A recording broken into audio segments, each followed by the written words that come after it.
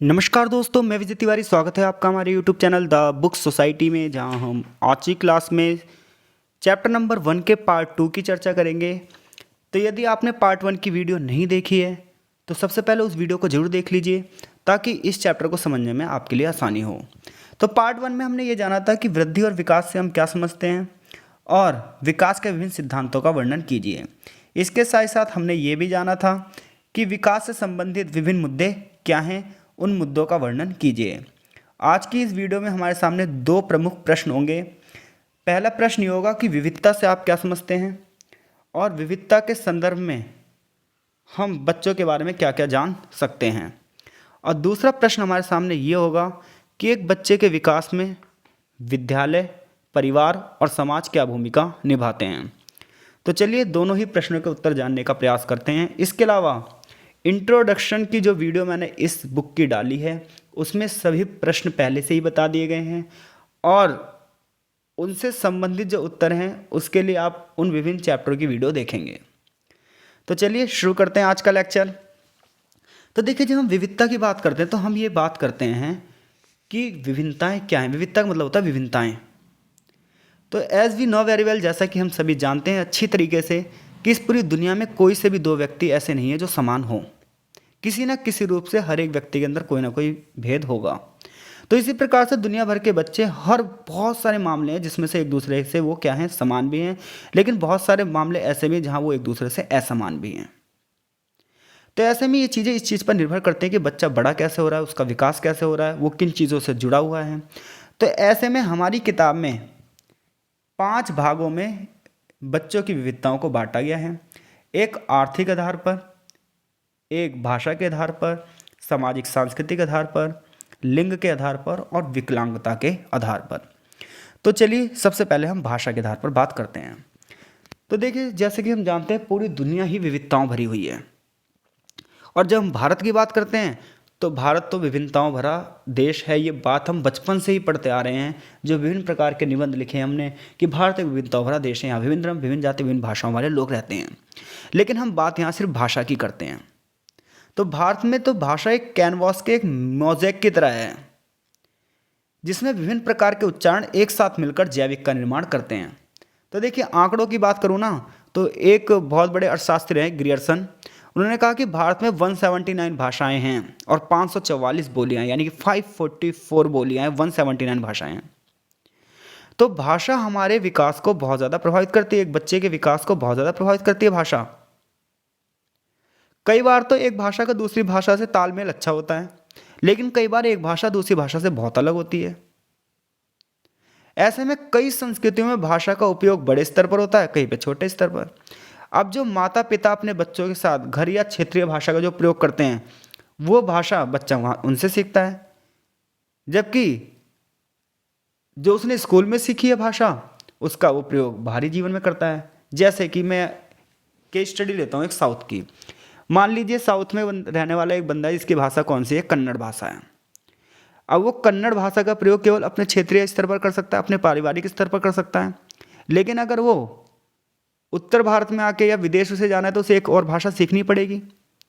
तो भाषाई जो विविधता है ये बच्चे के विकास को बहुत ज़्यादा प्रभावित करती है। तो भाषाई विविधता आई होप सो आप समझ गए होंगे। दूसरी विविधता है सामाजिक और सांस्कृतिक विविधता। जैसा कि सोशोलॉजर, बहुत बड़े बड़े समाज शास्त्री जो रहे हैं, उन्होंने पूरी दुनिया में इतनी सारी संस्कृतियों की गणना करी। अब देखिए, संस्कृति का अर्थ क्या होता है, पहले तो मैं ये बता दूं आपको। संस्कृति का अर्थ होता है हमारे खाने के तरीके क्या हैं, पीने के तरीके क्या है, वस्त्र पहनने के तरीके क्या है, बोलने का हमारा तरीका क्या है, किस प्रकार के रीति रिवाजों को हम फॉलो कर रहे हैं, किस प्रकार की हमारी परंपराएं हैं, किस प्रकार के हमारी धर्म जाति का हम पालन कर रहे हैं। हर एक व्यक्ति की अपनी अपनी क्या होती हैं, कल्चर होती है। और ऐसे में पूरे विश्व में कल्चर में इतनी ज़्यादा विविधताएं हैं कि इस विविधता से बच्चा नहीं बच पाता, इस विविधता से बच्चा जरूर प्रभावित होता है, क्योंकि जिसकी जैसी संस्कृति होगी उस बच्चे का विकास भी उसी संस्कृति के हिसाब से होगा। तो ऐसे में पूरे विश्व में संस्कृतियों की जो इतनी सारी विविधता है इसे ही बहुसंस्कृतिवाद कहा जाता है। दुनिया के विभिन्न हिस्सों में जीवन जो हमारा सबसे पहले प्रभावित होता है वो किससे होता है, हमारे संस्कृति से होता है कि हम किस संस्कृति में जन्म लिए हैं। इसके अलावा हमारे समाज किस प्रकार से निर्माण हुआ है, हमारा किन चीज़ों में विश्वास है, हमारी परंपराएं क्या हैं, हमारे जीवन जीने के तरीके क्या हैं, हमारा पालन पोषण किस प्रकार से हो रहा है।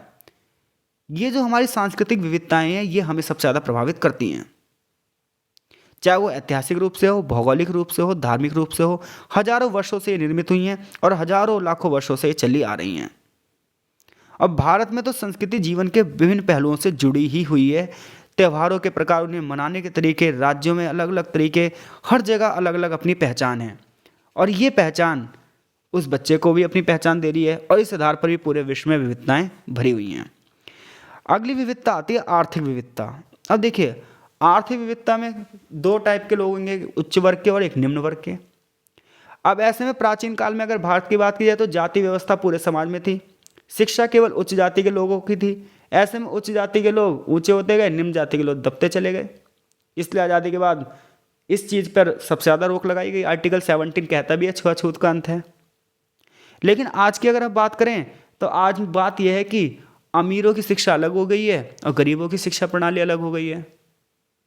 हालांकि एक तरफ तो शिक्षा का अधिकार सभी के लिए समान है, लेकिन आप सिलेबस देख लीजिए।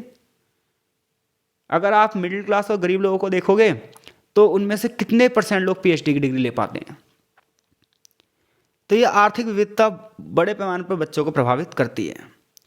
फिर है लैंगिक विविधता, जेंडर। किसी भी समाज में आधी आबादी पुरुषों की होती है और आधी महिलाओं की, और ऐसे में अगर पुरुषों को ही पढ़ने का अवसर दिया जाए, महिलाओं को नहीं, तो आधी आबादी का विकास कभी हो पाएगा क्या? तो व्यक्तिगत लिंग तो एक बायोलॉजिकल स्थिति है, लेकिन इसके आधार पर समाज में बड़े पैमाने पर असमानता होती है। प्राचीन काल से ही महिलाओं को पुरुषों से कमजोर माना गया है, इसलिए महिलाओं का संरक्षण एक पिता करेगा, आगे चलकर उसका पति करेगा, फिर उसके आगे चलकर उसका बेटा उसका संरक्षण करेगा। स्त्री का काम बच्चों को जन्म देना है, परिवार में सभी का ध्यान रखना है, और पुरुष परिवार को क्या करेगा, चलाएगा, वो पुरुष परिवार का रक्षक होगा। तो ऐसे में लड़की और लड़के के जीवन के अनुभव होते हैं वो अलग अलग होते हैं, जो कि सामाजिक भेदभाव से क्या होते हैं, प्रभावित होते हैं। अगली जो विविधता है वो विकलांगता और क्षमता के आधार पर है। तो देखिए, बहुत से लोग होते हैं जो किसी शारीरिक रूप से क्या हो जाते हैं, अक्षम हो जाते हैं, लेकिन हैं तो वो भी हमारे समाज के सदस्य। ये एक दुखद वास्तविकता है कि हम ये मान लेते हैं कि विकलांगता के संदर्भ में वो कमजोर हैं। विकलांगता की अवधारणा एक व्यापक रूप से दुरुपयोग रूप से समझी गई है। जैसा कि WHO की परिभाषा के अनुसार विकलांगता क्या है, तो विकलांगता एक बहुत बड़ा शब्द है जिसमें शारीरिक क्षति हो सकती है। हो सकता है कोई व्यक्ति अपने किसी अंग से कोई कार्य ना कर पा रहा हो, सीमित गतिविधियां हों, समाज में वो भागीदारी ना कर पा रहा हो, तो हर एक व्यक्ति वो दिव्यांग कहलाएगा, अपंग कहलाएगा या विकलांग कहलाएगा। तो इसी प्रकार से जो बच्चे वंचित होते हैं, जो अपनी समस्याओं को नहीं समझ पाते हैं, उन्हें हम क्या कहते हैं, वो असक्षम हैं, वो बौद्धिक रूप से कमजोर हैं। तो जब हम विविधताओं की बात करते हैं तो विविधताओं के आधार पर बच्चों को 5 भागों में बांटा जाता है।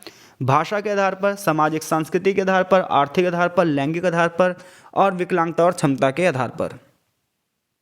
तो ये 5 विद्याएं आप यहाँ पर लिख देंगे अगर ये प्रश्न आएगा। बेसिक पॉइंट कुछ लिखे हैं, आप चाहें तो इन पॉइंट्स को पढ़ सकते हैं। अच्छे पॉइंट्स हैं कि बच्चों के प्रकार, उनके सीखने के तरीकों में अलग बहुत सारी विविधताएं हैं। बच्चों को क्या क्या चीज़ें प्रभावित करती है कि उनके जीवन के अनुभव कैसे हैं, अच्छे अनुभव हैं, बुरे अनुभव हैं, पर्यावरण कैसा उनके आसपास का, सामाजिक, आर्थिक और सांस्कृतिक स्तर पर क्या चीज़ें हैं। तो आप हेडिंग टू हेडिंग आंसर लिखेंगे, आपको नंबर बहुत अच्छे मिलेंगे। कहने वाली बात है कि SOL में नंबर नहीं मिलते, आप पेपर भी तो उतना अच्छा लिखिए। तो यहाँ से जो प्रश्न बनता है कि आप विविधता से क्या समझते हैं, या सामाजिक समूह में पाए जाने वाली विविधता के कुछ पहलुओं पर चर्चा कीजिए, या लिंग विविधता और बच्चों के जीवन पर इसके प्रभाव को बताइए। तो अभी अब तक हमने विस्तृत चर्चा की है। आई होप सो इस प्रश्न का उत्तर देने में आप सक्षम हैं। लेक्चर अगर समझ में आ रहा है तो वीडियो को लाइक जरूर करिए, और चैनल पर अगर आप नए हैं तो चैनल को सब्सक्राइब जरूर कीजिए। अब हम बात कर रहे हैं बच्चों के जीवन में परिवार, विद्यालय और समाज की क्या भूमिका है। तो देखिए, बच्चे का जो प्रारंभिक गुरु होता है वो कौन होता है, परिवार। फिर बच्चा कहाँ सीखता है, विद्यालय में, और फिर बच्चा कहाँ सीखता है, समाज से। यानी कि सीखना एक निरंतर चलने वाली प्रक्रिया है जो कि हमारे विकास को प्रभावित करती है। तो ऐसे में परिवार क्या भूमिका निभाता है और विद्यालय क्या भूमिका निभाता है और समाज क्या। तो सबसे पहले हम बात करते हैं परिवार की। तो जब हम बच्चों के सामाजिक विकास पर बात करते हैं तो सबसे ज़्यादा प्रभाव कौन डालता है, पॉजिटिव हो चाहे निगेटिव हो, ये प्रभाव जो डालता है वो डालता है परिवार। जो बच्चे अगर पॉजिटिव उनका बिहेवियर होगा या बच्चे का निगेटिव बिहेवियर होगा तो ये सबसे ज़्यादा प्रभावित होता है उसके माता पिता से। जिन बच्चों ने परिवार में जो चीज़ देखी है वो उससे सीधे सीधे प्रभावित होते हैं। आज परिवार अलग अलग प्रकार के होते हैं। कुछ परिवार ऐसे हैं जो सिंगल हैं, एकल माता पिता हैं, किसी में सौतेले परिवार भी हो सकते हैं, कोई जॉइंट फैमिली में भी रह सकते हैं। तो ये सारी चीज़ें बच्चों को प्रभावित करती है। कुछ परिवारों के पास अधिक पैसा है, कुछ परिवारों के पास पैसा कम है, और ऐसे में ये सारी चीज़ें बच्चों के विकास पर प्रभाव डालती हैं। भाई सामान्यतः ये देखा गया है ये क्लास का जो इफेक्ट पड़ता है बहुत खतरनाक पड़ता है। यानी कि जो अपर क्लास के लोग हैं, अब इनकी जो सोसाइटी है वो अलग सोसाइटी हो जाती है, क्योंकि जो बड़े बड़े स्कूल हैं इसमें गरीब बंदा एडमिशन नहीं ले पाता, और ऐसे में जो गरीब बच्चे की सोसाइटी वहाँ वो अपराध देख रहा है, नशाखोरी देख रहा है, तो ऐसे में बच्चा ऐसी प्रवृत्तियों में पड़ भी जा रहा है। तो जो हम सामाजिक प्रतिष्ठा देखते हैं तो ये बच्चों को सबसे ज़्यादा प्रभावित करती है। एक परिवार को बेहतर परिवार निर्माण अवसर देने के लिए सबसे ज़्यादा धन प्रभावित करता है। तो औसतन रूप से देखा जाए तो जो बच्चे गरीबी में जीवन बिताते हैं उनका शैक्षिक प्रदर्शन कम पाया जाता है, क्योंकि उनके माता पिता पुस्तक, शैक्षिक अवसर और अन्य चीज़ों को खर्च ही नहीं कर पाते। तो ऐसे में वो संसाधन नहीं दे पाते बच्चे को जिस संसाधन की उसे ज़रूरत है। ऐसे में बच्चे का जो मस्तिष्क है, शरीर है, खराब पोषण है, ये स्वास्थ्य देखभाल की जो कमी है, सारी चीज़ें बच्चे की सीखने की क्षमता को प्रभावित कर देती है, और बच्चे जो होता है वो डिप्रेशन में चला जाता है धीरे धीरे करके। बच्चा समाज में अपने बराबर वाले बंदों से पिछड़ जाता है, और इसका सबसे बड़ा कारण है गरीबी।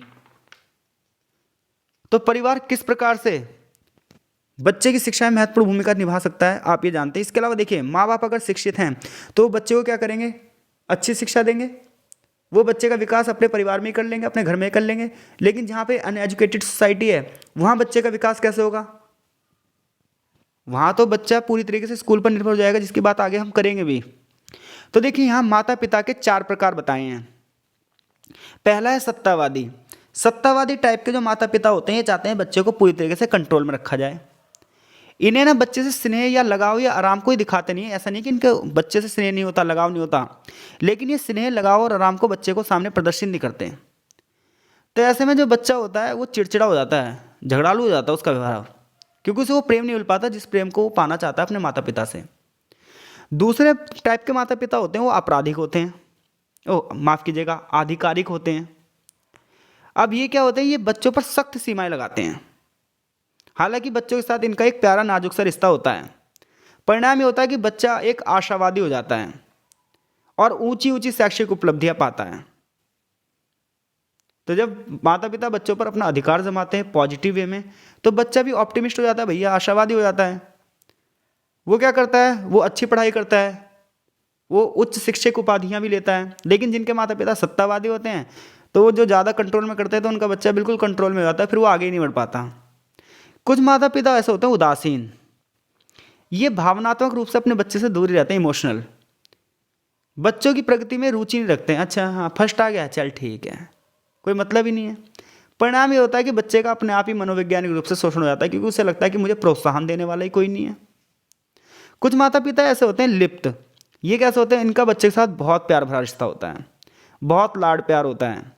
इन माता पिता के बच्चे अक्सर आत्मनियंत्रण के बिना क्या हो जाते हैं, आवेगी हो जाते हैं, चिड़चिड़ हो जाते हैं। तो कुल मिला के देखा जाए तो आधिकारिक वाले जो टाइप के लोग हैं ये आगे बढ़ जाते हैं। तो परिवार किस प्रकार से बच्चे के जीवन पर प्रभाव डालता है ये बात आप समझ गए होंगे। तो ऐसे परिवार जो लोकतांत्रिक शैली को अपनाते हैं अपने बच्चों के पालने में, उनके समूह अच्छा विकास कर पाता है। जबकि जो इस टाइप की शैली रखते हैं कि हाँ भाई उनका शोषण करना है, उन बच्चों का विकास नहीं हो पाता है। आगे हम बात करते हैं कि विद्यालय किस प्रकार से बच्चे के विकास में महत्वपूर्ण भूमिका निभाता है। तो 6 वर्ष से लेकर 17 वर्ष तक बच्चे कहाँ जाते हैं, विद्यालय जाते हैं, और विद्यालय में डेली 6 से 7 घंटे बिताते हैं।